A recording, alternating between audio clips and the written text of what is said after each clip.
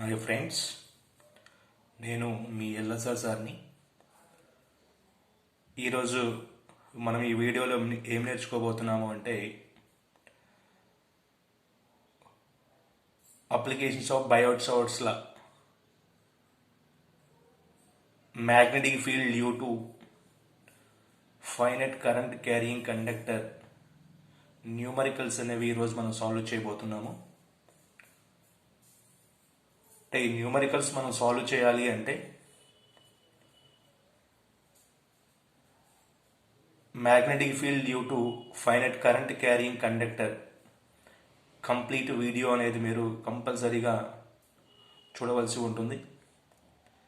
ఎందుకంటే ఆ వీడియోలో ఈ కరెంట్ క్యారింగ్ కండక్టర్ని బేస్ చేసుకొని ప్రాబ్లమ్స్ ఏ విధంగా సాల్వ్ చేయాలి అనేటువంటి కొంత ప్రొసీజర్ అనేది ఆ వీడియోలో మీకు ఇవ్వడం జరిగింది. కాబట్టి ఆ వీడియో అనేది మీరు కంపల్సరీగా చూస్తేనే ఈరోజు మనం ఈ వీడియోలో డిస్కస్ చేసేటువంటి కాన్సెప్ట్ అనేది క్లారిటీగా అర్థమవుతుంది. కాబట్టి ఒకవేళ ఆ వీడియో చూడనట్లయితే ఆ వీడియో కావాలి అంటే ఎల్ఎస్ఆర్ ఫిజిక్స్ అనేటువంటి ఛానల్ మీరు ఓపెన్ చేసి అందులో moving charges and magnetism 4th video అనేది మీరు చూసినట్లయితే ఆ కాన్సెప్ట్ మీకు క్లారిటీ వస్తుంది. ఆ తర్వాత ఈరోజు చెప్పేటువంటి ఈ వీడియోలో చెప్పేటువంటి కాన్సెప్ట్ అనేది క్లారిటీగా మీకు అర్థమవుతుంది. Example problems. కాబట్టి ఇప్పుడు ఫస్ట్ మనం ఎగ్జాంపుల్ నెంబర్ 1 తీసుకుందాం. ఎగ్జాంపుల్ నెంబర్ 1లో ఒకసారి మీరు గమనించినట్లయితే three conductors each of length L and current carrying through the conductor is I, and the conductors are arranged in a equilateral triangle form. Find the magnetic field at center of equilateral triangle. So this is our required problem. ఇక్కడ ఇచ్చినటువంటి problem యొక్క meaning ఏంటంటే మనకి ఒక 3 conductors ఇవ్వడం జరిగింది. ఆ 3 conductors యొక్క లెంత్ అనేది Lగా ఇవ్వడం జరిగింది. అదేవిధంగా 3 కండక్టర్స్లో పాస్ అయ్యేటువంటి కరెంట్ వాల్యూ ఐగా ఇవ్వడం జరిగింది. ఇప్పుడు మనం ఏం ఫైండ్ అవుట్ చేయాలి అంటే ఈ 3 కండక్టర్స్ మొత్తం కూడా ఒక ఈక్వలేట్ ట్రయాంగిల్ షేప్లో ఫామ్ చేశారంట. మరి ఈ సిచ్యువేషన్లో మనం ఏం ఫైండ్ అవుట్ చేయాలి అంటే మ్యాగ్నెటిక్ ఫీల్డ్ వాల్యూ అనేది ఫైండ్ అవుట్ చేయాలి at the centre of the equilateral triangle. కాబట్టి ఇచ్చిన ప్రాబ్లమ్ని జాగ్రత్తగా మీరు అర్థం చేసుకోవాల్సి ఉంటుంది. ఇక్కడ అంటే ఒక 3 కండక్టర్స్ ఉన్నాయి.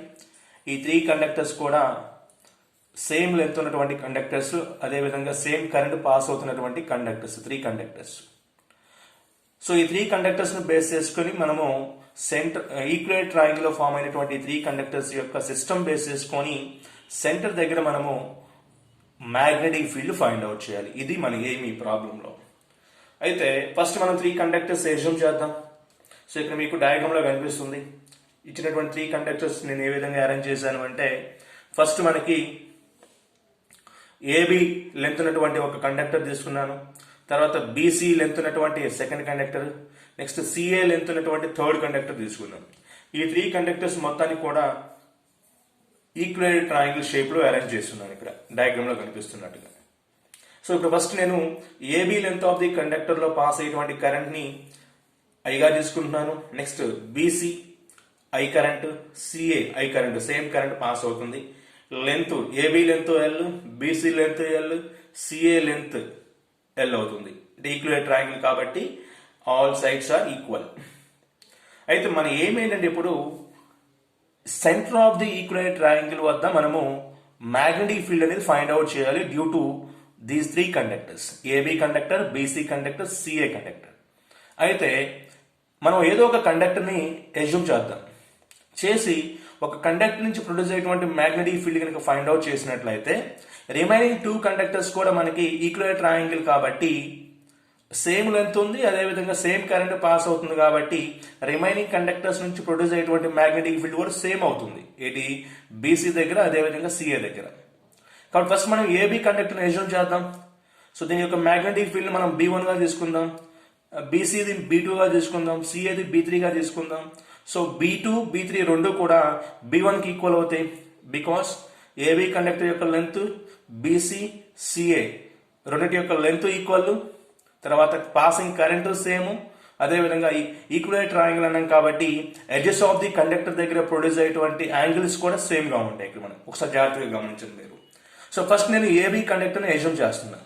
సో ఏబీ కండక్టర్ కనుక తీసుకున్నట్లయితే ఈ ఏబీ కండక్టర్ యొక్క ఎడ్జెస్ మీకు ఇంతకుముందు చెప్పున్నా నేను, అంటే లాస్ట్ వీడియోలో మనము magnetic field induction due to finite current carrying కండక్టర్లో మీకు ఒక సింపుల్ పాయింట్ చెప్పాం. ఏమని చెప్పామంటే పి అనే పాయింట్ దగ్గర మనం మ్యాగ్నెటిక్ ఫీల్డ్ ఫైండ్ అవుట్ చేయాలి అంటే due to the conductor finite current carrying conductor, first we have to find the angles at ends of the conductor. Ends of the conductor దగ్గర మనం angles అనేవి find out చేయాలి. కాబట్టి మనకి ఇచ్చినటువంటి ఏని బి పాయింట్స్ రెండు కూడా ఎండ్స్ ఆఫ్ ది కండక్టర్ గా తీసుకున్నట్లయితే ఏఎన్ఏ కండక్టర్ దగ్గర నుంచి నేను డాటెడ్ లైన్స్ డ్రా చేస్తాను పిఎన్ఏ పాయింట్ కి, బిఎన్ఏ పాయింట్ దగ్గర నుంచి పిఎన్ఏ పాయింట్ కి డాటెడ్ లైన్స్ డ్రా చేశాం. కాబట్టి ఈ సిచ్యువేషన్ లో మనకి ఏఎన్ఏ పాయింట్ దగ్గర కండక్టర్ తో చేసేటువంటి యాంగిల్ 30 డిగ్రీగా మనం అబ్జర్వ్ చేసాం. అంటే ఇక్కడ మనకి ఆల్ఫా ప్లేస్ లో 30 డిగ్రీ యాంగిల్ మనం అబ్జర్వ్ చేయొచ్చు, అంటే according to our formula. Next beta point of వ్యూలో ఇంకొక 30 డిగ్రీ యాంగిల్ ని మనం అబ్జర్వ్ చేయొచ్చు. ఇక్కడ ఆల్ఫా ప్లేస్ లో 30 డిగ్రీ ఉంది, బీటా ప్లేస్ లో 30 డిగ్రీ ఉంది. మరి ఇక్కడ ఆల్ఫా బీటా అంటున్నాం, ఏంటి ఆల్ఫా బీటా అని చెప్పేసి మీకు తెలియాలి అంటే మీరు ఈ ప్రీవియస్ వీడియో చూడాల్సిందే కంపల్సరీగా. ఏంటి ఆ ప్రీవియస్ వీడియో అంటే ఎల్ఎస్ఆర్ ఫిజిక్స్ ఛానల్లోకి వెళ్ళి మూవింగ్ చార్జెస్ అండ్ మ్యాగ్నెటిజం 4 అనేటువంటి వీడియో కనుక మీరు ఓపెన్ చేసినట్లయితే అక్కడ మీకు క్లారిటీ వస్తుంది ఆల్ఫా గురించి, అదేవిధంగా బీటా గురించి ఇప్పుడు నేను చెప్పినటువంటి కండిషన్స్. కాబట్టి ఇక్కడ ఆల్ఫా ప్లేస్ లో 30 డిగ్రీ ఉంది, బీటా ప్లేస్ లో 30 డిగ్రీ ఉంది. కాబట్టి ఈ ఆల్ఫా బీటా వాల్యూ తెలిసిపోయింది. నెక్స్ట్ ఈ కండక్టర్ దగ్గర నుంచి మరి పి పాయింట్ ఎంత డిస్టెన్స్ లో ఉంది అంటే ఆర్ అనే డిస్టెన్స్ లో ఉంది. కాబట్టి ఈ ఆర్ వాల్యూ మనం ఫైండ్ అవుట్ చేయాలి. కాబట్టి alpha value, beta value, R value తెలిసినట్లయితే we can easily find out the magnetic field due to this AB conductor at center of the equilateral triangle system. So for that, just we need to find out R value now. So how can we find out R value here? So for that, just we imagine this triangle, this right angle triangle. Can I చూపిస్తున్నా చూడండి మీకు. So ఈ right angle triangle imagine చేయండి మీరు. ఇప్పుడు ఈ right angle triangle imagine చేసినట్లయితే ఇక్కడ 30 డిగ్రీ ఉంది యాంగిల్ అనేది. ఈ 30 డిగ్రీని బేస్ చేసుకొని జస్ట్ మనం దానికి tan కాంపోనెంట్ అప్లై చేసామనుకోండి, tan 30 is equal to opposite side divided by adjacent side గా రాయొచ్చు. ఎందుకంటే మనకు కావాల్సింది 30 డిగ్రీకి ఆపోజిట్ సైడ్ లో ఉంది, ఇది అన్నోన్ వాల్యూ, నోన్ వాల్యూ ఏమో అడ్జసెంట్ సైడ్ లో ఉంది. కాబట్టి we should take here tan component. So tan 30 is equal to r divided by l/2. So r divided by l/2 అవుతుంది. మనం r వాల్యూ ఫైండ్ అవుట్ చేయాలి కాబట్టి r is equal to l/2 into tan 30 గా రాయొచ్చు. అంటే multiplication చేస్తే r is equal to l/2 into tan 30 అవుతుంది. మరి tan 30 వాల్యూ మనకు తెలుసు కదా already. tan 30 is equal to 1/√3 అమ్మ. సో 1/√3 కాబట్టి r ఈజ్ ఈక్వల్ టు ఏమవుతుందంటే l/2√3. బ్రాకెట్ లో కనిపిస్తుంది మీకు ఈ వాల్యూ అనేది. r is equal to l/2√3. కాబట్టి ఈ ఆర్ వాల్యూని, ఆల్ఫా వాల్యూ, బీటా వాల్యూ ఈ 3 వాల్యూస్ ని తీసుకువెళ్ళి మనకు తెలిసినటువంటి మీకేం ఫార్ములా చెప్పుకున్నామంటే లాస్ట్ వీడియోలో ఒకవేళ మనకి ఆల్ఫా బీటా వాల్యూస్ కనుక తెలిసినట్లయితే that means edges of the conductor దగ్గర ఉన్నటువంటి యాంగిల్స్ కనుక మనకి ఇచ్చినట్లయితే ప్రాబ్లం లో, సో ఆ సిచ్యువేషన్ లో మనం మ్యాగ్నెటిక్ ఫీల్డ్ ఫార్ములా ఏమని రాయాలి అంటే B is equal to μ0I/4π R into cos alpha plus cos beta అవుతుంది. μ0I/4πR into cos alpha plus cos beta. ఇక్కడ R వాల్యూ ఫైండ్ అవుట్ చేసాం, అది l/2√3 అని తెలిసింది. Alpha value 30 degree, beta value 30 degree కాబట్టి ఇక ఈజీగా మనం మ్యాగ్నెటిక్ ఫీల్డ్ అనేది ఫైండ్ అవుట్ చేయొచ్చు. జాగ్రత్తగా చూసినట్లయితే ఇక్కడ మీరు so B1 is equal to μ0/4π యాస్టీస్ గా రాసాము, I యాస్టీస్ గా ఉంది. ఆర్ ప్లేస్ లో l/2√3 అని రాయడం జరిగింది into cos alpha cos 30 plus cos beta value కూడా 30 కదా కాబట్టి కాస్ 30 మళ్ళీ రాయడం జరిగింది. So B1 is equal to μ0I. ఇక్కడ మనకి డినామినేటర్ లో 2√3 ఉంది. 2√3 రివర్స్ అయిపోతే న్యూమరేటర్ లోకి వెళ్ళిపోతుంది కాబట్టి న్యూమరేటర్ లోకి పంపించినట్లయితే ఆ 2√3 ని సో ఫైనల్ గా మనకి స్టెప్ ఏమవుతుందంటే μ0I into 2√3 divided by 4πL into cos 30 plus cos 30 2 cos 30 అవుతుంది. So B1 is equal to μ0I into 2√3 divided by 4πL into 2 into cos 30 means root 3 by 2. So 2 cancel చేద్దాం. So b1 is equal to ఏమవుతుందంటే mu naught I by 4 pi l into root 3 into root 3. 3 2s are 6. So finally we got the magnetic field at center due to AB conductor is given by b1 is equal to mu naught I by 4 pi l into 6. 6 వచ్చింది. అంటే ఇది only ఒక conductor ద్వారా produce అయ్యేటువంటి magnetic field centre దగ్గర. So ఆ centre దగ్గర act అయ్యేటువంటి మ్యాగ్నెటిక్ ఫీల్డ్ యొక్క డైరెక్షన్ కూడా పక్కన రాయడం జరిగింది. సో డైరెక్షన్ ఏ విధంగా ఫైండ్ అవుట్ చేయాలి అనే దానికి మీకు ఇంకొక వీడియో కూడా మీకు తీసి ఉండడం జరిగింది.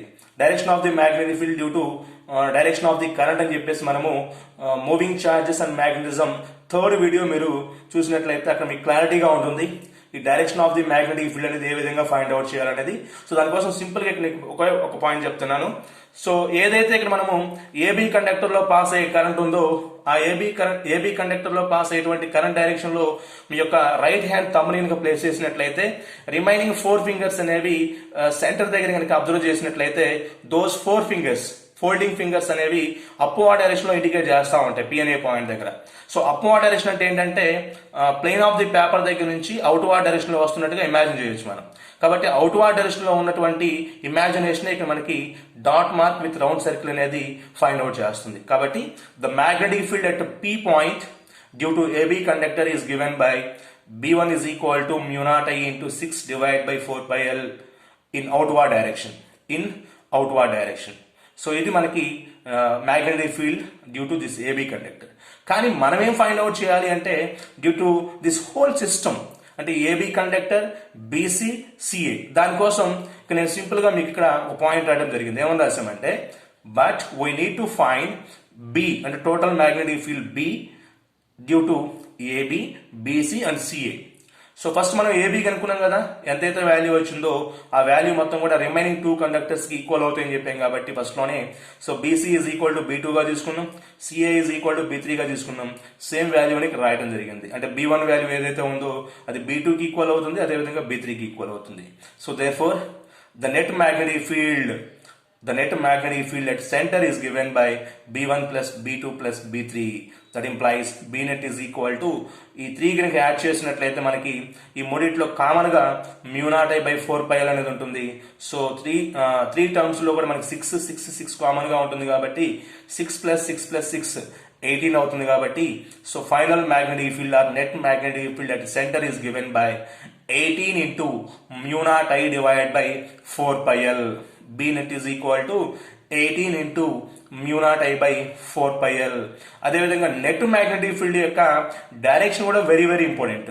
సో నెట్ మ్యాగ్నెటిక్ ఫీల్డ్ యొక్క డైరెక్షన్ ఏ విధంగా ఇండికేట్ చేస్తామంటే మీకు ఇక్కడ ఏబీ కండక్టర్ లో పాస్ అయ్యేటువంటి కరెంట్ ను బేస్ చేసుకొని అదేవిధంగా డైరెక్షన్ ఆఫ్ ది కరెంట్ ను బేస్ చేసుకొని పి అనే పాయింట్ దగ్గర మ్యాగ్నెటిక్ ఫీల్డ్ అనేది అవుట్వర్డ్ డైరెక్షన్ లో ఉంది. ఆ తర్వాత బీసీ కండక్టర్ లో పాస్ అయ్యేటువంటి కరెంట్ చూడండి, సేమ్ ఆ డైరెక్షన్ లో మనం తంబు పెట్టేసేద్దాం.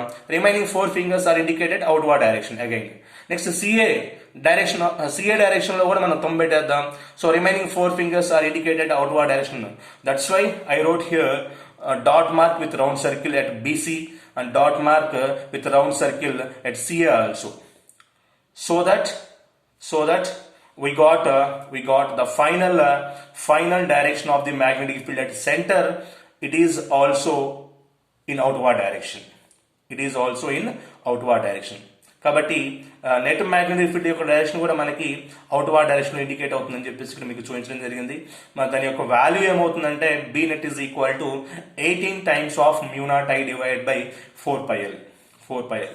ఒకసారి మనకి ఎగ్జామినేషన్ పాయింట్ ఆఫ్ వ్యూలో ఎంసెట్ ఎగ్జామినేషన్ పాయింట్ ఆఫ్ వ్యూలో ఒక చిన్న బిట్ ఇచ్చారు. ఇక్కడ ఏమిచ్చారంటే ఇక్కడ మనకి 3 కండక్టర్స్ యాసిడ్ గా ఇచ్చేసి ఆ 3 కండక్టర్స్ యొక్క లెంత్ L వాల్యూ ఇచ్చారు. ఆ 3 కండక్టర్స్ లో పాస్ అయ్యేటువంటి కరెంట్ I వాల్యూ ఇచ్చేసి వాడు సెంటర్ దగ్గర ప్రొడ్యూస్ అయ్యేటువంటి మ్యాగ్నెటిక్ ఫీల్డ్ కనుక్కోమన్నాడు. మరి ఆ సిచ్యువేషన్ మనం ఏ విధంగా ఫైండ్ అవుట్ చేస్తామంటే ఇక్కడ జస్ట్ ఈ బి నెట్ ఈ చిన్న ఫార్ములాలో I వాల్యూ L వాల్యూ కనుక సబ్స్టిట్యూషన్ చేసామనుకోండి then we will get our required answer. So I value substitution చేద్దాం, లెంత్ ఆఫ్ ది కండక్టర్ ఇస్తాడు L వాల్యూ. సో ఈ 2 వాల్యూస్ ఇచ్చేసి వాడు ఈ సెంటర్ ఆఫ్ ఈక్వలైట్ ట్రయాంగిల్ దగ్గర ప్రొడ్యూస్ అయ్యేటువంటి మ్యాగ్నెటిక్ ఫీల్డ్ కనుక్కోమన్నట్లయితే అప్పుడు మనము ఈ చిన్న ఫార్ములాలో ఏ ఫార్ములా అది B net is equal to 18 into mu naught I by 4 pi l ఈ ఫార్ములాలో I వాల్యూ సబ్స్టిట్యూషన్ చేద్దాం, ఎల్ వాల్యూ కనుక సబ్స్టిట్యూషన్ చేసినట్లయితే మనకి ఈజీగా తర్వాత μ0/4π అంటే కాన్స్టెంట్, ఇది μ0/4π అనేది 10⁻⁻⁷ ఈక్వల్ అవుతుంది. కాబట్టి నీట్గా 18 × 10⁻⁻⁷ అని రాసేసి ఐ ప్లేస్లో ఎల్ ప్లేస్లో కనుక వాల్యూ సబ్స్టిట్యూషన్ చేసామనుకోండి, సో అడిగినటువంటి ప్రాబ్లానికి మనం ఈజీగా సొల్యూషన్ అనేది రాబట్టవచ్చు. కాబట్టి ఇలా అప్పుడు లెంతీగా సాల్వ్ చేయకుండా డైరెక్ట్గా మనం సింపుల్గా సాల్వ్ చేయాలి అంటే just we have to remember this formula for if they are given 3 conductors with equal lengths and equal current passing through them, then the net magnetic field at the center of equivalent triangle is given by B net is equal to 18 × μ0I divided by 4πL. అంటే ఇచ్చినటువంటి 3 conductors అనేవి మనకి equivalent triangle షేప్లో కనుక arrange చేసి each side of length L అని చెప్పి అందులో పాస్ అయ్యే కరెంట్ ఐగా ఇచ్చి ఆ సిచ్యువేషన్లో మనకి సెంటర్ దగ్గర ప్రొడ్యూస్ అయ్యేటువంటి మ్యాగ్నెటిక్ ఫీల్డ్ కనుక్కోమన్నప్పుడు సింపుల్గా మనం ఈ ఫార్ములా రాసుకుంటే సరిపోతుంది. So this is a very very important expression to find the magnetic field at the center of equivalent triangle system. So right. So okay, right. Next ఇంకొక example తీసుకుందాం same ఇదే concept మీద. ఇంకొక ఎగ్జాంపుల్ ఏంటంటే so see if there given 4 conductors, ఇంతకుముందు మనకు 3 conductors తీసుకున్నాం, ఇక్కడ 4 కండక్టర్స్ ఉన్నాయి. 4 conductors each of length L and current carrying through the conductor is I. The conductors are arranged in the square form. ఇంతకుముందు equivalent triangle shape, ఇప్పుడేమో square shape అన్నమాట. So find the magnetic field at centre of the square. మనం ఇప్పుడు ఏం find out చేయాలి అంటే centre of the square దగ్గర magnetic field అనేది ఫైండ్ అవుట్ చేయాలి. ఇది మన ఎయిమ్. సో జాగ్రత్తగా మీరు గమనించాలి. ఇక్కడ క్వశ్చన్ అనేది 4 కండక్టర్స్ ఇచ్చాడు. 4 కండక్టర్స్ యొక్క ఈచ్ ఆఫ్ లెంత్ ఎల్, అదేవిధంగా కరెంట్ ఐగా ఇవ్వడం జరిగింది.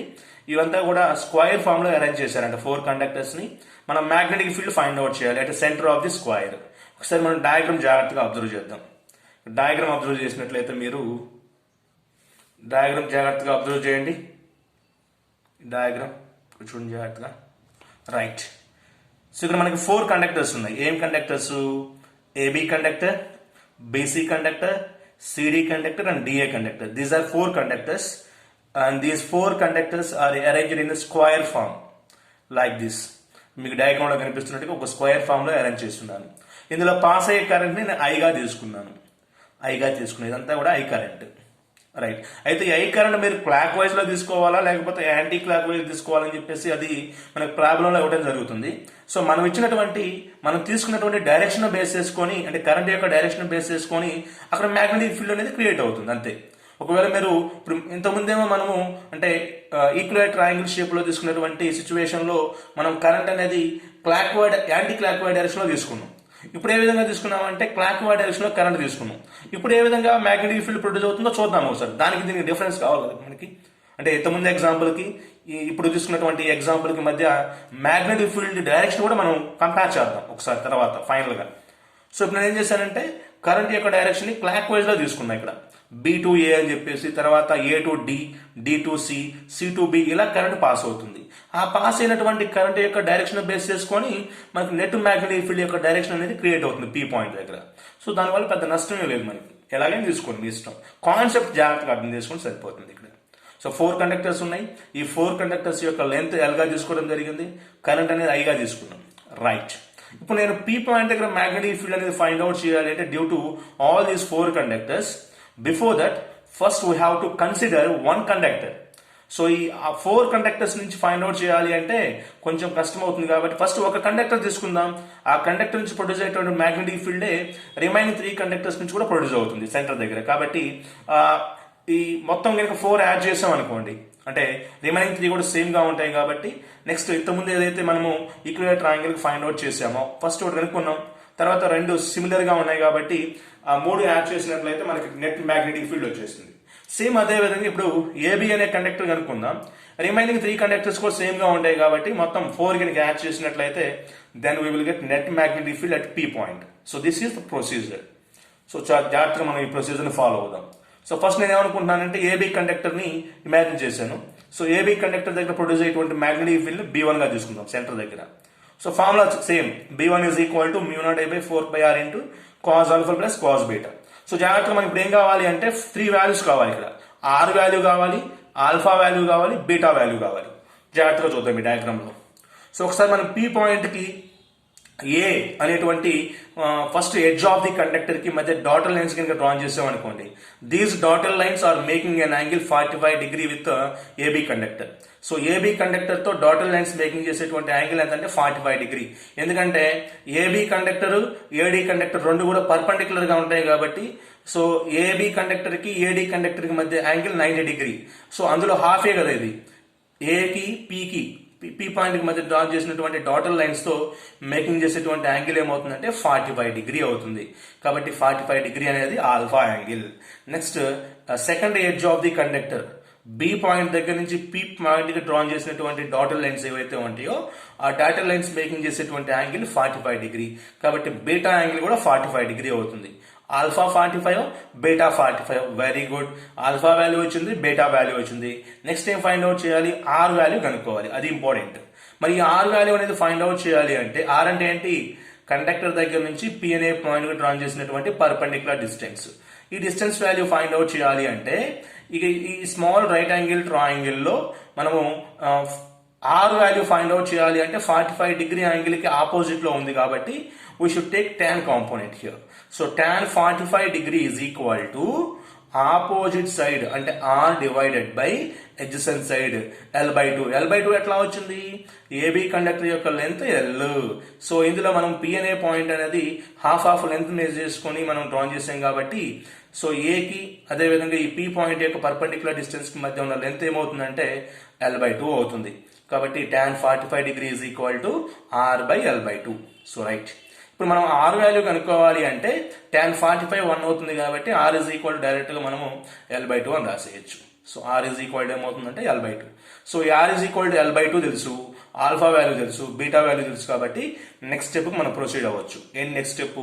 b1 is equal to μ0 I by 4 R place లో l by 2 రాసేయండి ఇంటూ కాస్ ఆల్ఫా ప్లేస్ లో 45 ప్లస్ కాస్ బీటా ప్లేస్ లో again 45. Cos alpha plus cos beta place లో cos 45 plus cos 45 గా రాయడం జరిగింది. నెక్స్ట్ స్టెప్ చూద్దాం. నెక్స్ట్ కంటిన్యూషన్ చూడండి.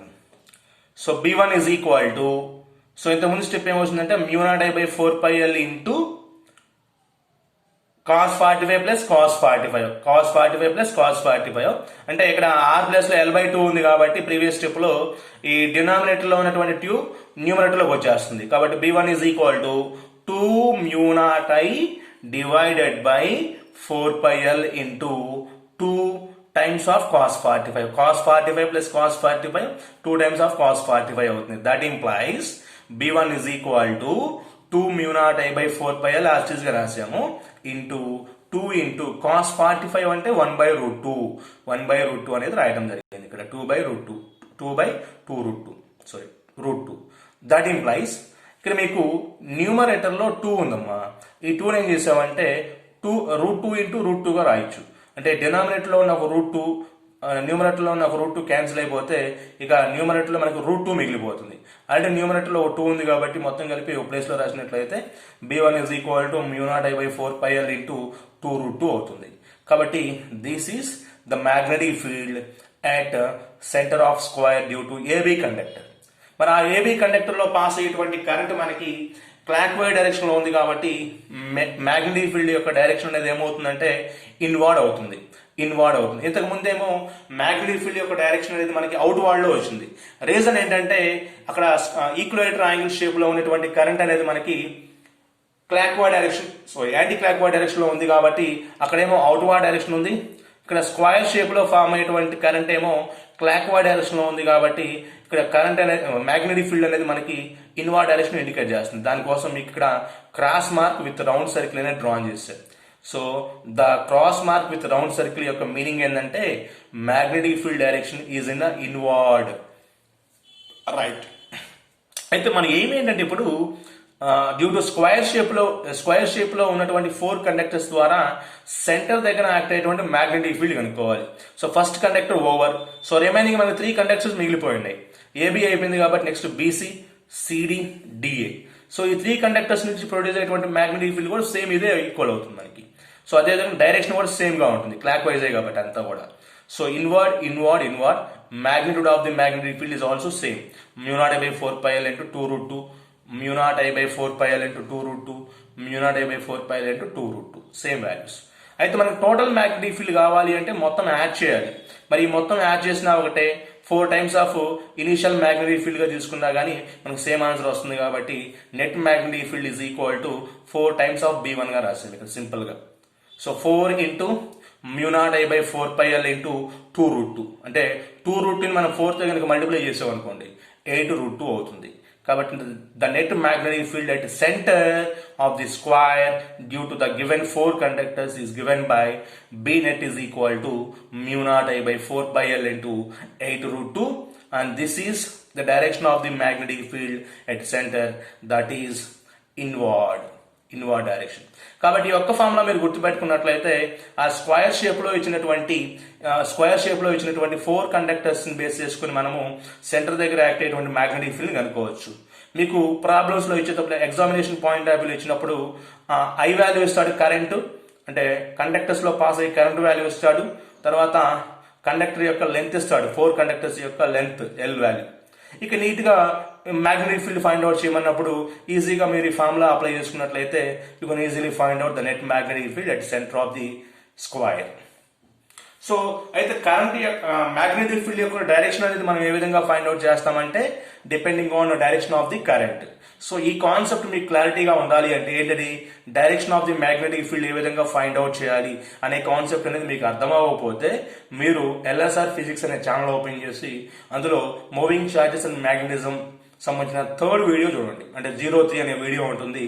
ఆ వీడియో ఓపెన్ చేసినట్లయితే మీకు క్లియర్గా direction of the magnetic field అనేది మనం ఏ విధంగా ఫైండ్ అవుట్ చేయాలి నీట్గా ఆ వీడియోలో ఎక్స్ప్లెయిన్ చేయడం జరిగింది. కాబట్టి ఆ వీడియో ఒకసారి చూసినట్లయితే మీరు ఈ direction of the magnetic field మనం ఏ విధంగా ఫైండ్ అవుట్ చేయాలి, depends on direction of the current అని చెప్పేసి మీకు క్లారిటీ వస్తుంది. సో ఆ వీడియో కోసం moving charges and magnetism 03 video అనేది చూస్తే మీకు క్లారిటీ ఉంటుంది. రైట్. సో నెక్స్ట్ ఇంకొక ఎగ్జాంపుల్ తీసుకుందాం. ఈ ఎగ్జాంపుల్తో ఈ వీడియోని ఎండ్ చేద్దాం. ఎందుకంటే వెరీ వెరీ ఇంపార్టెంట్ ఎగ్జాంపుల్స్ ఇవన్నీ కూడా. మూవింగ్ చార్జెస్ అండ్ మ్యాగ్నెటిజంలో ఈ అప్లికేషన్స్ ఆఫ్ బయాట్ షార్ట్స్ల మీద మనకి కంపల్సరీగా ఒక బిట్ అనేది నీట్ పాయింట్ ఆఫ్ వ్యూలో కానీ ఎంసెట్లో కానీ అడగడానికి పాసిబిలిటీ ఉంది. కాబట్టి ఈ అప్లికేషన్స్ అనేవి వెరీ వెరీ ఇంపార్టెంట్గా తీసుకుంటాం. అదేవిధంగా వీటి మీద న్యూమెరికల్స్ కూడా చాలా చాలా ఇంపార్టెంట్.